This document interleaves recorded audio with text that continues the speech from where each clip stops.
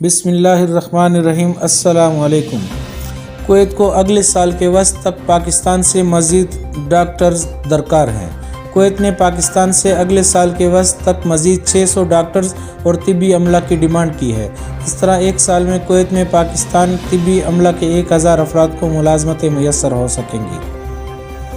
Overseas employment corporation کے حکام کے مطابق اب تک کل 404 پاکستانی ڈاکٹرز اور پیرا میڈیکل سٹاف کے ارکان 2 الگ الگ دستوں یا وفود کی شکل میں کویت پہنچ چکے ہیں۔ انٹرویو اور دیگر مراحل میں کامیابی کے باوجود کچھ ارکان کورونا پازیٹیو ہونے کی وجہ سے کویت روانہ نہیں ہو سکے۔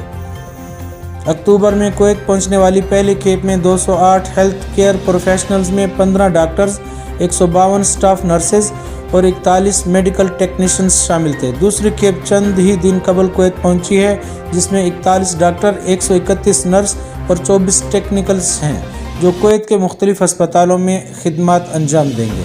حکام کے مطابق کویت کی جانب سے جون تک 1000 ڈاکٹرز اور پیرا میڈیکل سٹاف کو کویت پہنچانے کی ڈیمانڈ کی گئی ہے۔ ابتدا میں طبی عملے اور ڈاکٹرز کی بھرتی کے لیے دیے جانے والے اشتہارات میں سینکڑوں کی تعداد کا مطالبہ کیا گیا تھا، لیکن اب کویت کی جانب سے صحت سے متعلق مختلف شعبوں میں اسپیشلسٹ افراد کی ڈیمانڈ کی جا رہی ہے، اس لیے ہر دوسرے ہفتے اشتہارات جاری کیے جا رہے ہیں۔ گزشتہ 2 ماہ میں 4 مرتبہ اشتہار جاری کیا گیا ہے اور اس سلسلے میں آنے والی درخواستوں کے ذریعے امیدواروں کی فہرستیں مرتب کی جا رہی ہیں، جن کے انٹرویوز کچھ دنوں بعد ہوں گے۔ یاد رہے کہ اکتوبر میں پہنچنے والے پاکستانی طبی عملے کے ارکان 10 سال بعد کویت جانے والے ورکرز تھے۔ کویت نے 2011 میں دہشت گردی کے خطرے کے پیش نظر پاکستانیوں کو ویزے دینے پر پابندی عائد کر دی تھی۔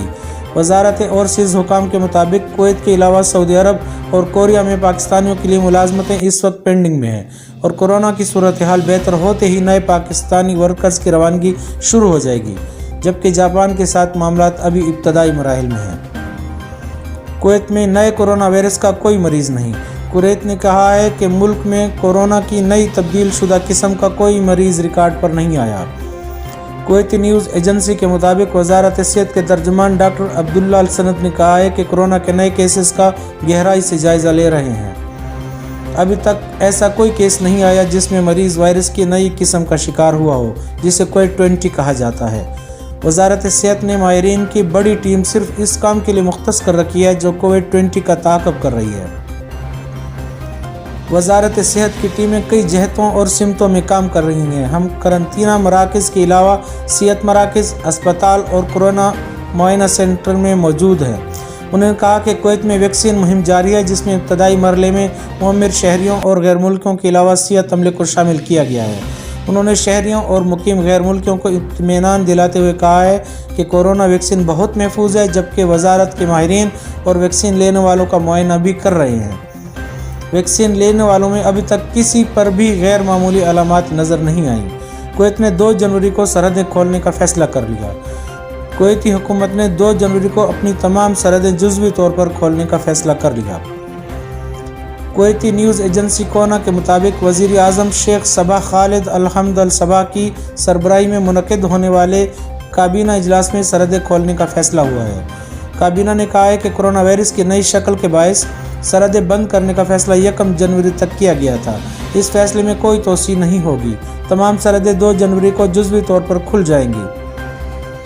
کابینہ نے کہا ہے کہ ملک کی فضائی سرحد مکمل طور پر کھول دی جائے گی۔ کویت انٹرنیشنل ایئرپورٹ پر پروازیں بحال کی جائیں گی۔ بری اور بحری سرحدیں 2 جنوری کو صبح 9 بجے سے دوپہر 3 بجے تک کھلی رہیں گی۔ تاہم اس حوالے سے حالات کے مطابق فیصلہ ہوگا۔ واضح رہے کہ کویت نے کورونا وائرس کی نئی شکل کے باعث اپنی تمام سرحدیں بند کرنے کا فیصلہ کیا تھا۔